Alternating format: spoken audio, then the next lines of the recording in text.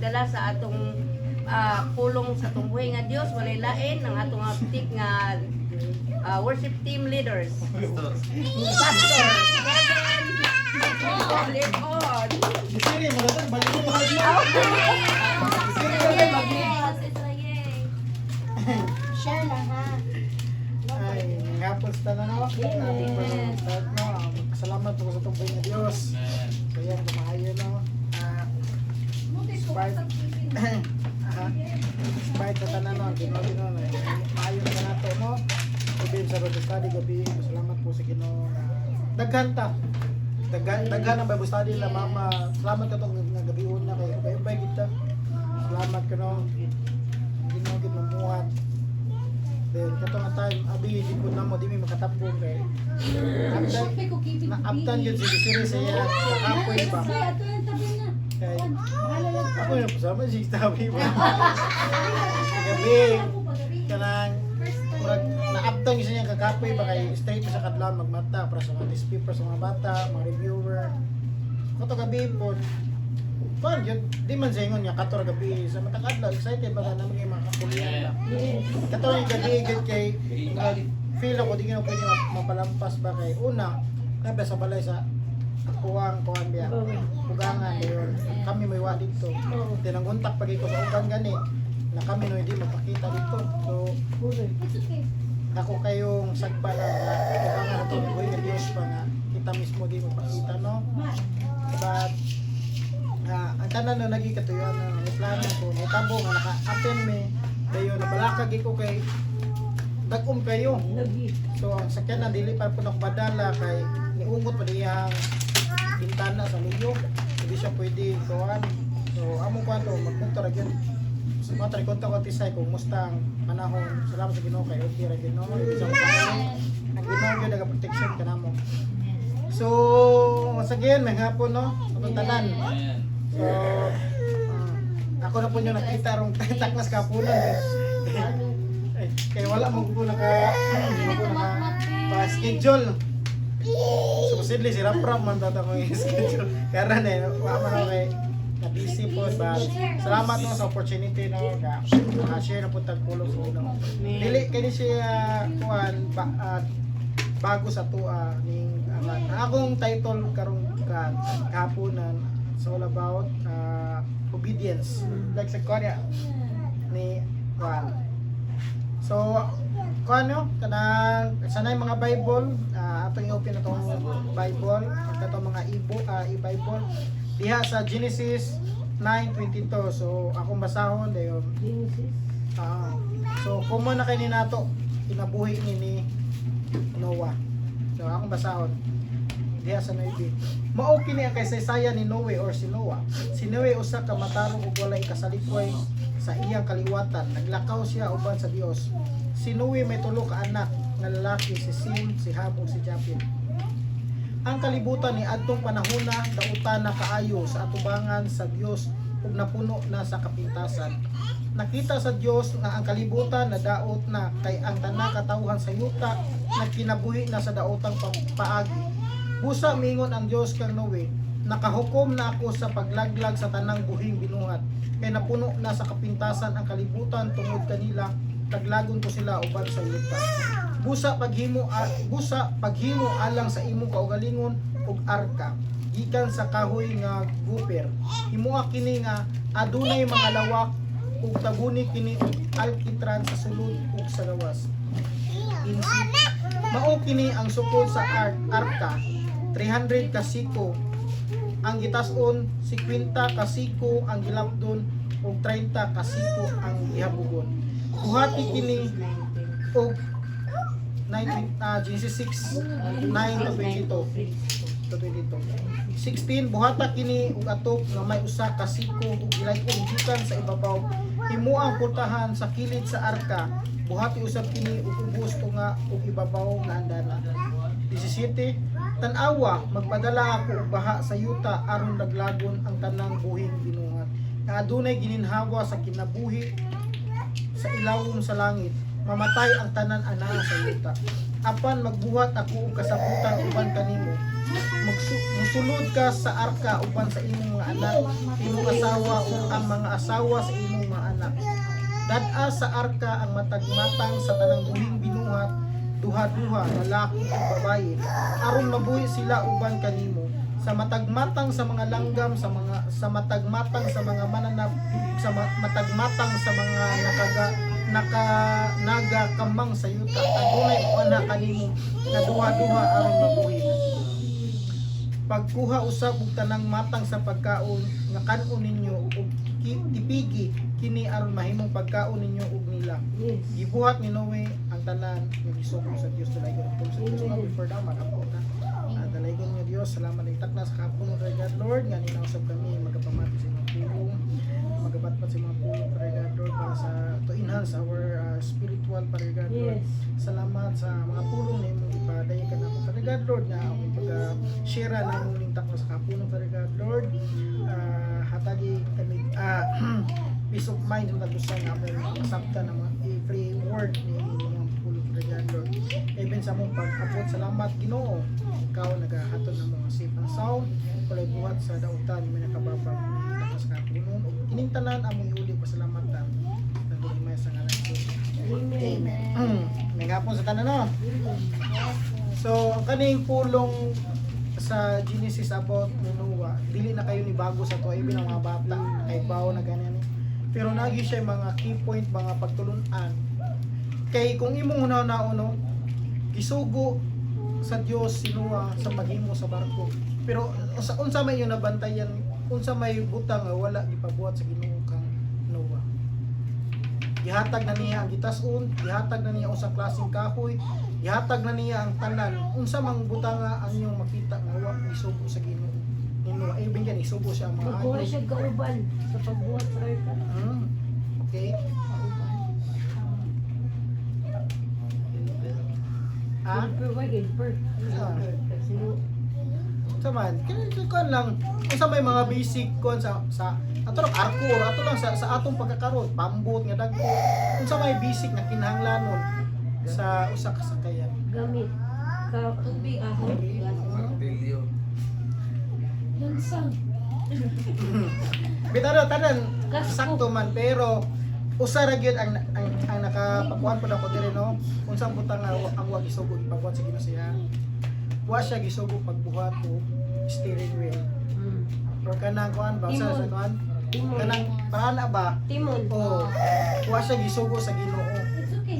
Di ba ko imo na no? Kung magbuhat tag mga sakayan o bisag unsa kinahanglan na gyud timon gamito. Kana gitawag steering wheel.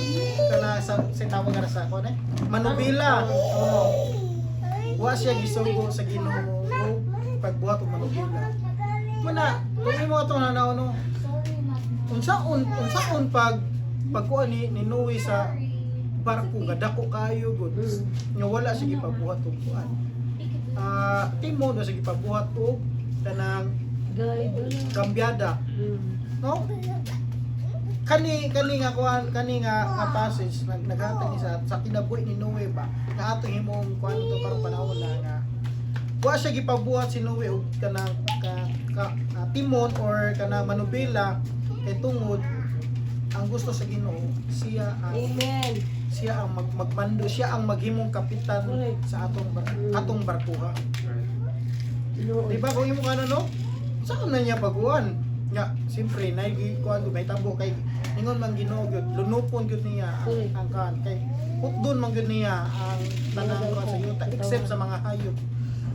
Ang gisugod gyud sa Ginoo nga iyang wa gyud isugo ang Ginoo pangitag tawo nga tabang kay kabaw kay ang Ginoo mismo sa iyang kasukli sa mga tawo uuhon gyud niya diba gikumidyahan pa siya gibugal-bugalan si Noe sa panahon na nagbuhat siya sa arko. So ingana pud kita sa kinabuhi si Kristohanon samtang kay pasugo ang Ginoo sa tuwa ba ang atong buhaton lang yun pagtuman na gyud sa kabubuton sa Ginoo. Kaya ano pwede man gud to gibuhat ni Noe nagbuhat siya og kuan kung iyang inisyatiba pagbuhat ko ka ng kambyaan sana tawag manubila saon ba ko ni pagkontrol sa barko sa arko kung wa ko'y manubila, pero wala siya nahimo nang nagibuhat og laing lakang kundi ang kabubuto na gyud sa Ginoo ang gituman. Wala siya daghang kuan mapangutana kung si kung si gisugo sa Ginoo mara gyud gituman. So sama po na sa atong kinabuhi. Sometimes na isugo ang Ginoo, sometimes mga problema sama sa usa ka baha sa atong kinabuhi. Mo nang sometimes mapilyor ta o liga mapilyor ta ano. Kita may nahimo man kung kapitan sa itong kinabuhi. Sa kabaw na kita ang Ginoo gani nga kaya niya sulbaron. Lord, di na gini na ko makaya. Sometimes mo na ito yung Ginoo ng kaya. Kinalan ko mangitag pamagi. Yes, sometimes di na ito na ikalimod. Kinaman ta sa flesh pamudlo. Napata sa mga panginahanglanon. Mo nang kita yun mangitag pamagi. Pero mo nang kung ma-fail ta, pasinginan din na itong Ginoo. Yes. Lord, gibuhat mo na ako ang tanan, Lord, gibuhat mo na ako sa imong buhat. Nganong failure man gahapon, nganong wa man ako nasumbat yung mga problema. Nganong mapapasanginan na to sa Ginoo. Sa dili man Ginoo, wala man nimo gihatag authority ang Ginoo nga mao imong guide or mao mahimong kapitan sa imong kinabuhi. Mo ni sa kinabuhi ni Noe, dako kani pagtulunan sa ato matag usa nga sometimes naagil atong class atong klase nga pagkabuton ba nanagi ko na Ginoo sa imong kinabuhi. Supak pa jud ka. Kay gusto jud ka ganang mas dali, Yes. gusto jud ka mas Sayo. instant. Kay kung atong una-unaon ang gipabuhat ni sa Ginoo kang Noe, purting dakuha gini.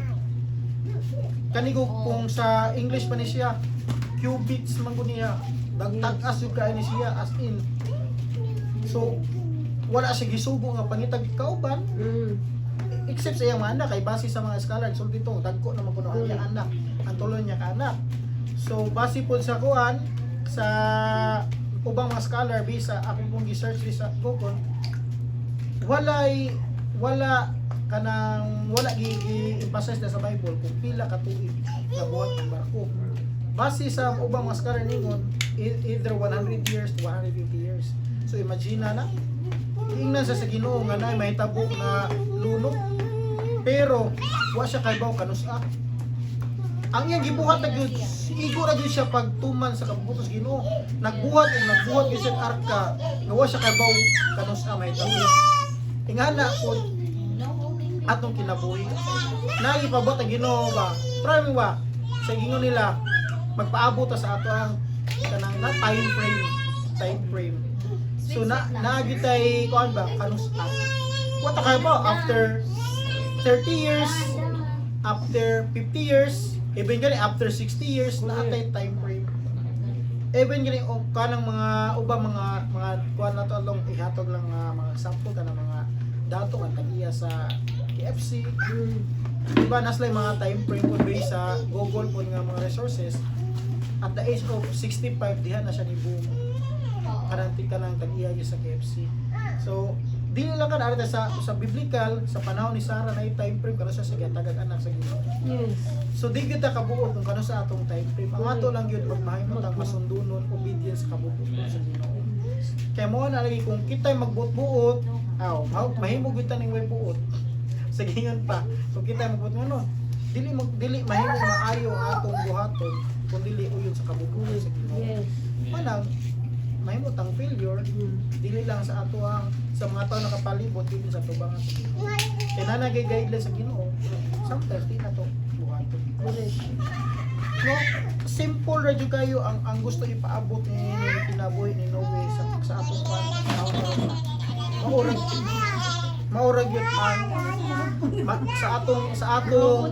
sa atong generation karon ang gusto lang yun aning ipa-emphasize sa kinabuhi Noe. Ang ato lang yun mahimong Masinugtanon. masinugtanon Correct. sa kabubuton Yes. sa Ginoo. Naay mga key points ang kaning verse. Una, faithfulness to God. Yes. So ang Ginoo kung ang Ginoo mao na kanang nanagi siya kapungot napod siya mga tao nga once gani maayo ang gibuhat niya sa mata sa Ginoo. Himo jud ang papabuto kasi Amen. dili masaingon kitang tanan dili na pinili ang Ginoo. Correct. Mag-base pud ta po sa atong act. sa kaning mga tawhan na kay kung gigugma ato lang nga kung ang Ginoo gyud tuan nganong gibuhat na sa Ginoo nga naglagon sila nakita sa Ginoo nga dili na gyud kaya-aya ang ilang gibuhat. So una faithfulness to God if naagita ni ang Ginoo gyud maghatag og pagbo sa ato. Pero ay pag-expect sa imong gibuhat karon naa din ay pagbuhat paabot ka kanus kay ay po niyo suga Lord matay sometimes sa mga prayer nga Ikaw ang mumanda. mata tingnan niya Lord sa imong kabubuton. Correct. Yes. Maginato baton sa imong kabubuton.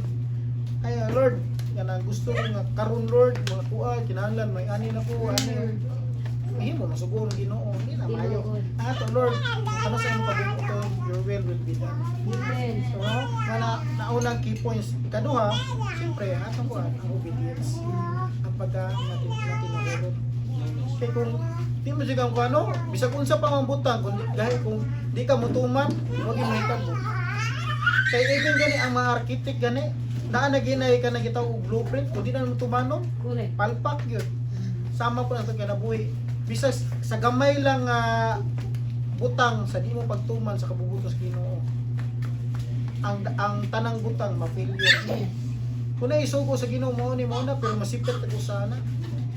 Sama na sa usa ka blueprint ba nga naa na eksakto nga mga kuan ba measurement. Yes. Ay na supaka lang usana. Bisag inch lang imo supako na ang tibuok nimong plano gupa. Sama ko na itong kinabuhi. Di kay kamutuman gani sa kabubuton sa Ginoo. Bisag usa lang ana ay imong supakon. Nagay din si guba gyud tibok plano sa kinabuhi. Amen. Mo na atong buhaton mo tayon nga atong ihatag sa Ginoo ang atong mga laraw ug ang Ginoo na mo. So atong ihatag sa Ginoo atong gusto atong kuan ang atong mga gitawag nato sa kuan blueprint nato pero kung nasi adjust ng Ginoo na pasagday ang Ginoo nga siya mo buhat. Yes. Siya mo align siya mo tarong ana. No. Ang ikatulo judgment on evil. Mo ni ang kuan ang paghukom no sa Ginoo no sa katong mga Mga dautan. iya yung buuon yun. Nga atong panikamutan nga di ta maabot sa panahon ng anak. Maapil ta sa pagtuo sa Ginoo sa atong mga mali nga ipigan. Yes. Ang ikaupat, mo ni yung pinakanindot yun, mo ni ang natagamtaman ni Noe, ang promise sa Ginoo nga protection. So sa kung ano, kanina kay man si Kuan si Noe ani kanus pero di walay exact. Di na siya sa Ginoo diya kung imong basahon diya sa 7 sa Genesis. Isultian siya sa Ginoo katong pag istorya sa Ginoo ni balik ni nga Ginoo after 1 week. Magpaulan siya og 40 ka adlaw 40 days and 40 nights. So sa pagbalik sa pagistorya sa Ginoo ni Noe, ingon siya within 7 days o mga 7 days sa 1 week magsugod na ang kuano. So even kana no gipa-aware gahapon niya si Noe kay gusto niya nga dili wala gyud mahitabo sa iyang anak pinilangga ato lan pinilangga man niya kay Yes. dili pinangga si Noe si Ginoo di magkira ang Ginoo di na musulti ang Ginoo nga kuan nibalik ko siya para sa pagkaibaw ni Noe nga karong sunod semana naagi ko so nga na para Ginoo sa atong kinabuhi kung mahimot ang obedience sa Ginoo no faithful ta niya mao lagi nagihatag ang sign ang Ginoo nga ipalayo gyud tayo sa mga kadaog ang Ginoo nga uy ayaw dito kay Juan lagi mga sign ba nga di kinahanglanon nga mo supak jud ka ba tan-aw nimo kabubuton sa Ginoo nga madto ka man nga di nato i-compromise ang mga butang. Yes. Muslim ang kitang tao no lagi tayo nagkuan ay kaya lagi ni kanang pwede ram ni wa bitaw kung kuan ato lang ka na mga atong kuan lakaw sa akaukir dara ni naman himan day compromise kayo so di nato i-compromise ang kuan no kung unsay kabukod sa Ginoo atagan kita og mga signs sa Ginoo dili ayaw gyud kung go may siya stop may siya wait paano kita sa Ginoo. So mo ni ang atong main lesson karong hapon no. Dili lang kay nako i-expound kay I know nga nakaibaw mo sa kinabuhi ni Noe.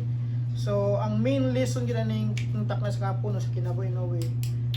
Good values, righteous and obedience. Mo ni mo no or either conclusion. Even when world is corrupt, a person who walks with God can find favor. Man ako yung niya. Yes. Nagitay pabor sa Ginoo. Bisag natapukan pa ka sa mga taong makasasala, mga taong mga judge, manghukom. Even mo bang kang kuwan sa mga taong nakapalibot basta mo follow na jud ka sa blueprint na gibuhat sa Ginoo para sa imong kinabuhi. Hatagan jud kag pabor sa Ginoo. Pero ang kuwan na bisag pabor ka sa Ginoo, paabot jud ka. Bisag pag unsa ka, Lord, buhat na kung tanan Ginoo kanang kinahanglanon jud ko ani nga mo pasar jud ko sa board exam, Lord. Dugay na ko nang alagad nimo, Lord, gusto ko mo pasar sa board exam. Usa ko ana. Pagka failure na ako, na question akong Ginoo. Nakana ko katong ako mga classmates sa una nga mga gito mapalahubong gito. Ano kapasar ka sila? Usa ko ana nga na biktima kanang grabe expectation ba. Pagkabot sa realidad, pasingilan nila itong Ginoo. Lord, ganun nahitabo. Ganun sila man. Ganun ako. Wa man. Ganun sila man. Paabot. Bas hindi. Ang Ginoo na pagiday na ang Mas wapay labaw mo try. pa, Mas oh. labaw pa.